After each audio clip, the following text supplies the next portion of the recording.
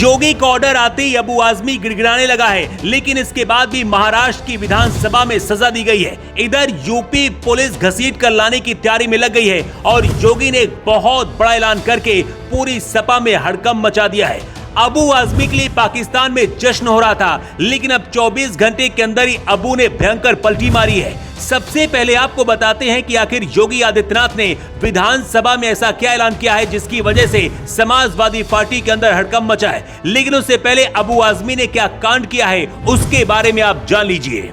जिस औरंगजेब ने भारत में हिंदुओं के मंदिरों को तोड़ा, जबरन हिंदुओं को मुस्लिम बनने के लिए मजबूर किया, जिसने भारत की संस्कृति को मिटाने का काम किया, आज भी भारत के अंदर कुछ लोग हैं जो औरंगजेब की पूजा करते हैं और महाराष्ट्र में बनी औरंगजेब की कब्र में फूल चढ़ाने भी जाते हैं। इसी कब्र को लंबे समय से खुदवाकर पाकिस्तान भेजने की भी मांग चल रही है। जिस औरंगजेब ने हिंदुस्तान की शान शिवाजी महाराज और उनके बेटे शांबाजी महाराज को बेरहमी से मारा, उसे भी अबू आजमी जैसे नेता अपना मसीहा मानते हैं। अबू आजमी सपा के विधायक हैं और औरंगजेब को अपना मसीहा मानते हैं। हैरानी की बात तो यह है कि अखिलेश यादव ने अभी तक कोई प्रतिक्रिया नहीं दी है और न ही पार्टी से निकाला है, लेकिन महाराष्ट्र विधानसभा में पक्ष और विपक्ष के सभी नेताओं ने एकजुट होकर अबू आजमी को सजा दी है और विधानसभा से सस्पेंड कर दिया है।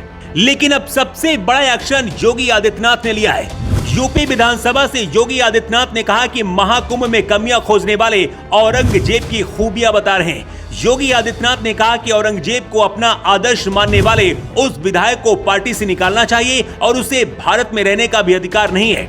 योगी आदित्यनाथ ने कहा कि अबू आजमी को यूपी भेजा जाए, ऐसे लोगों का यूपी में हम बहुत अच्छी तरीके से उपचार करते हैं। खबर है कि योगी आदित्यनाथ ने महाराष्ट्र के मुख्यमंत्री फडणवीस से भी फोन पर बात की है और बहुत जल्द अबू आजमी पर बुलडोजर चल सकता है। लेकिन सिर्फ अबू आजमी नहीं, बल्कि सपा की एक और विधायक का औरंगजेब के लिए यूपी में प्यार जगा है। सपा विधायक पल्लवी पटेल ने कहा कि औरंगजेब में अच्छाइयां भी थी, लेकिन सवाल यह है कि अच्छाइयों की वजह से क्या औरंगजेब की क्रूरता को भुलाया जा सकता है? जिसने मां और बेटियों पर अत्याचार किया, आबरू लूटी, जिसने मंदिरों को तोड़ा, क्या उसकी तारीफ करना चाहिए? अगर नेता ही इस तरह से आक्रांताओं का गुणगान करेंगे तो बहुत ही शर्मनाक है।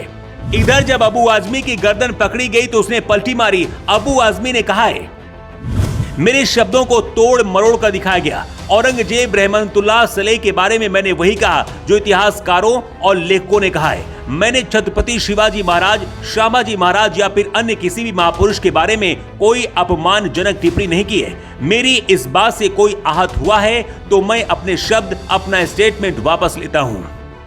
योगी ने कहा कि जो व्यक्ति छत्रपति शिवाजी महाराज की परंपरा पर गर्व करने की बजाय लज्जा महसूस कर रहा हो और औरंगजेब को अपना नायक मान रहा हो, क्या उसे भारत के अंदर रहने का अधिकार होना चाहिए? समाजवादी पार्टी को इसका जवाब देना चाहिए। अबू आजमी के बयान से यकीनन पाकिस्तान और दुनिया भर के कट्टरपंथी बहुत खुश होंगे, लेकिन क्या भारत में रहकर भारत के वीरों का अपमान और मुस्लिम आक्रांताओं का गुणगान करना चाहिए?